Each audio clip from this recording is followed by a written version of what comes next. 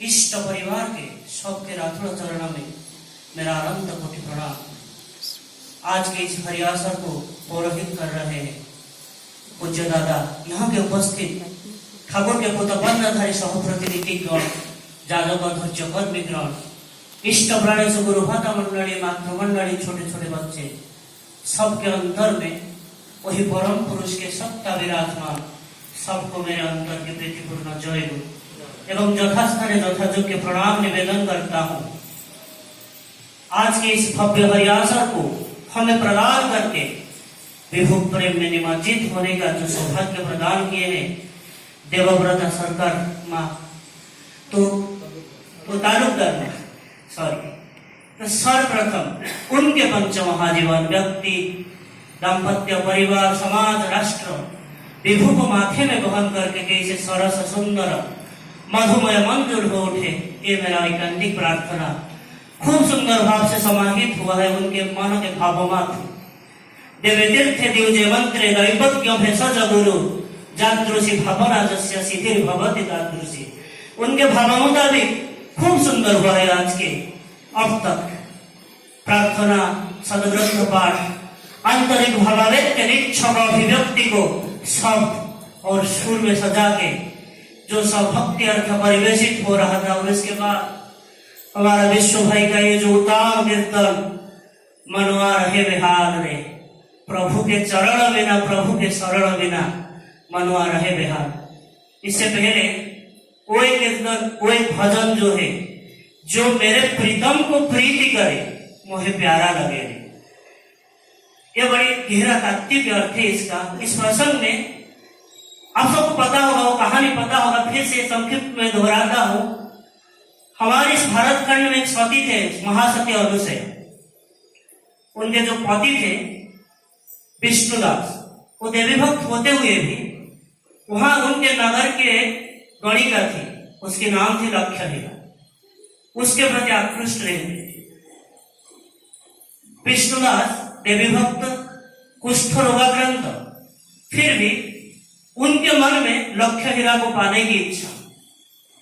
और जो लक्ष्यहीरा थी वो कहते थे कि लक्ष्यहीरा लेते ही वो जाके अपने को समर्पण करती थी, तो उसको पाना इसके पक्षे दुष्कर थे। लेकिन सती अनुसया, जिसको कहते हैं सती, ये जो भजन पढ़ रहे थे, जो मेरे प्रीतम को प्रीति करे मुझे प्यारा लगे, तो उनकी जो इच्छा, उनकी इच्छा को चरितार्थ करने का जो संकल्प और उसके लिए जो करना है वो करने की ठान ली उसने। वो जाके लक्ष्यहीरा के घर में रहती थी, सुबह सुबह उसके जो भी आंगन वगैरह वो सब साफ कर लेती थी, उसकी जो भी बकिया काम वो सब कर ही लेती थी। और सुबह सुबह लक्ष्यहीरा उठ के देखती थी कि कौन मेरा इतने सुंदर रूप से सजा के सब रखती है, परिष्कार करती है, मुझे इतनी सेवा देती है, क्या उद्देश्य है? मैंने तो किसी को कुछ बोला नहीं, जो भी करता है या करती है क्या चाहती है। एक दिन उसने ठान ली कि उसको पकड़ ले, और आके वो सती अनुसया को पकड़ लेती है और पूछती है क्या चाहते हो। वो बोलती है कि मेरा जो स्वामी है वो तुमको चाहते हैं, मेरा जो स्वामी है तुमको चाहते हैं। और ये सोचने को कैसा भी लगता है, स्त्री जाके लक्ष्यहीरा को ऐसे बोलती है, और इसकी प्रतिभक्ति देख के लक्ष्यहीरा मान लेती है। लेकिन वो जानती है कि ये इतने प्रतिभक्त नारी है, और इसका जो पति है किसी भी वजह से, जो भी वजह से हो, अगर विपत्ति भी हुई हो तो भी उसको बचा लो, उसने ठान ली, गणिका उसने ठान ली। और वो विष्णुदास को बुलाता है, और दो, जब हम किसी को बुलाते हैं कुछ पाने के पीने के लिए तो देते हैं जो वेलकम ड्रिंक्स जैसा, तो उन्होंने 2 पात्र में पानी रख के दिए। एक पात्र में सोने का जो टम्बलर ग्लास है उसमें जो है सुभाषित जल रखती है, और एक मिट्टी का पात्र है जिसमें गोकन्या नदी की पवित्र जल रखती है। और वो विष्णुदास को बहुत देर तक रुकवाता है, और रुकने के बाद फिर वो रक्षा करती है। जब विष्णुदास वेट कर करके थक जाता है प्यास लगता है और दोनों देखता है, फिर वो जो मिट्टी का पात्र उठाता है और उसको पीता है। और वो पीने के बाद फिर लक्ष्मीरा आती है और वो बोलती है कि मैं इस जो सोने का पात्र का जो सुवासित जल और तुम्हारी जो पतिव्रता नारी है, सती स्त्री है, वो इस मिट्टी पात्र की पवित्र जल है। समझ में आ जाता है विष्णुदास को। और वहीं से जब उनको लेके आता है, वहां एक ऋषि तपस्या कर रहे थे, वो अपना पैर लग जाती है और ऋषि जो है वो तो इससे पहले बहुत कुछ तपस्या करते थे, मतलब बड़े बड़े जो कुछ आसन करके, और उनको बड़ा तकलीफ होता है जब, फिर वो अभिशाप देते हैं कि किसने ऐसा किया, किसने ऐसा कुकर्म किया, किस घमंड में जो मुझे पदाघात करने की जरूरत की, आज की रात की सुबह नहीं देखेगा वो मर जाएगा, अभिशाप दे दिया उसे। और मां अनुसया बड़े काकों की विनती होकर बोलते हैं, प्रभु माफ कर दीजिए, गलती से इसे हो गया। लेकिन जो ऋषि वाक्य कभी अन्यथा नहीं होता है, ऋषि वाक्य कभी अन्यथा नहीं होता है। वो बोलते हैं मैंने तो साफ दे दिया हूं, मेरे औकात में भी नहीं है, मेरे बस में नहीं है कि मैं कुछ कर सकूं। तो मां अनुसया भी ठान ली, वो बोली ऋषि वाक्य अगर अन्यथा नहीं हो सकता तो सती वाक्य भी अन्यथा नहीं हो सकता। आज के इस रात नहीं होगा, आज के इस रात की सुबह नहीं होगा, 7 रात की 1 रात हो जाए, लेकिन मेरा पति जीवित रहेगी। और वो पुराण तृतीय युग की कहानी है, कहा जाता है सबके आसन डगमगाने लगी थी, फिर सबके ये में वो जीवनदान पाते हैं। ठाकुर भी बोले नहीं बात,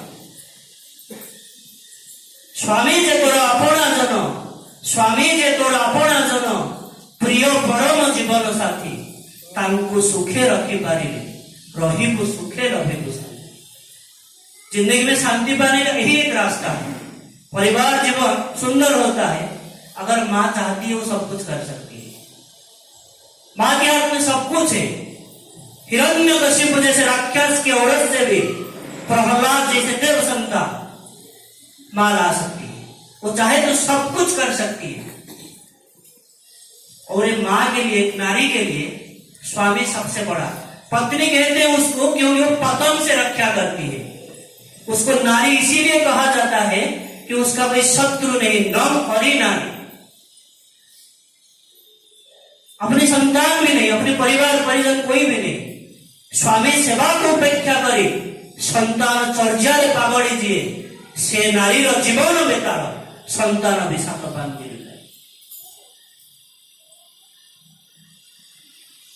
कोई नहीं।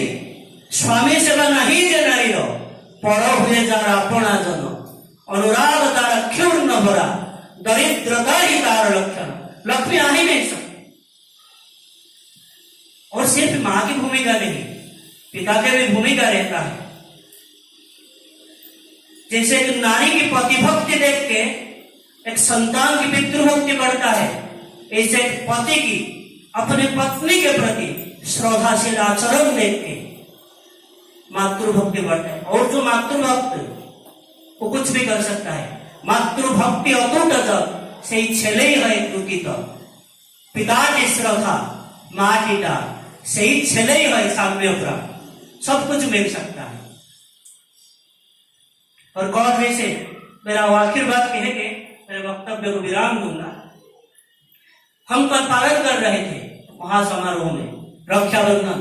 ठाकुर पूछते हैं रक्षाबंधन का मतलब क्या है। निखिल बैठे थे, निखिल ला करके बैठे थे, बोलते निखिल देख के बोलते रक्षाबंधन का तात्पर्य क्या है। और देखते हैं वो बोलते हैं कि रक्षा मतलब जो रक्षा करता है, और बंधन मतलब सूत्र होता है, तो बंधन का सूत्र होता है रक्षाबंधन। ठाकुर बोलते हैं दूर, रक्षाबंधन का मतलब यही होता है जो मुझको रखता है मैं उसको रखता, राखे हरि मारे को, मारे हरि राखे को, इसका मतलब यही है। जो मुझको रक्षा करता है, मुझको धारण करता है, मेरे अनुशासन को मान के चलता है। उसी दिन मर्यादा पुरुष श्री रामचंद्र बोले थे, सोई सेवक प्रियतम मम सोई, मम अनुशासन माने जोई। तो जिंदगी का हमारे लक्ष्य है, उद्देश्य है सिर्फ उनके अनुशासन बात को मान के चलना, और वो तो हमको विधान दिए हैं। और आज उनके वर्तमान में इष्ट गुरु पुरुषोत्तम प्रतीक गुरु वंशधर रेत शरीर सुप्त रही जागृत से निरंतर। आज उनकी एक एकांत आकांक्षा है जो कह के मेरा वक्तव्य को रखूंगा। वो चाहते हैं कि इस भव्य मंदिर, इस मंदिर में, हर मंदिर में महीने का अगर 30 दिन है तो सुबह एक परिवार, शाम को एक परिवार, एटलीस्ट मिनिमम सुबह एक परिवार, शाम को एक परिवार। 30 दिन होता है तो 60 परिवार, और 31 दिन होता है तो 62 परिवार आके यहाँ प्रार्थना करें।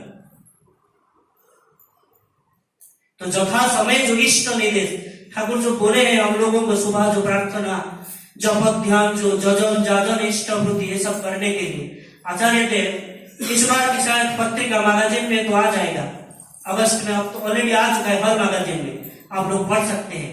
तो आप लोगों को एक विशेष निवेदन है, हम लोग अभी 62 फैमिली को यहाँ प्रार्थना करवाने का, जुड़ाने की कोशिश में है। तो आप लोग योगदान दीजिए। कोई गूगल ड्राइव शीट भी बना है, जिस दिन आप अपने परिवार को और अपने पाक पड़ोस को लेके आ सकते हैं तो अपना नाम दीजिए और यहाँ सुबह आके प्रार्थना कीजिए, उस विभु के गुणगान करके अपने जीवन को धन्य कीजिए। इतना कह के मेरे वक्तव्य को विराम देता हूँ। वंदे पुरुषोत्तम। जय।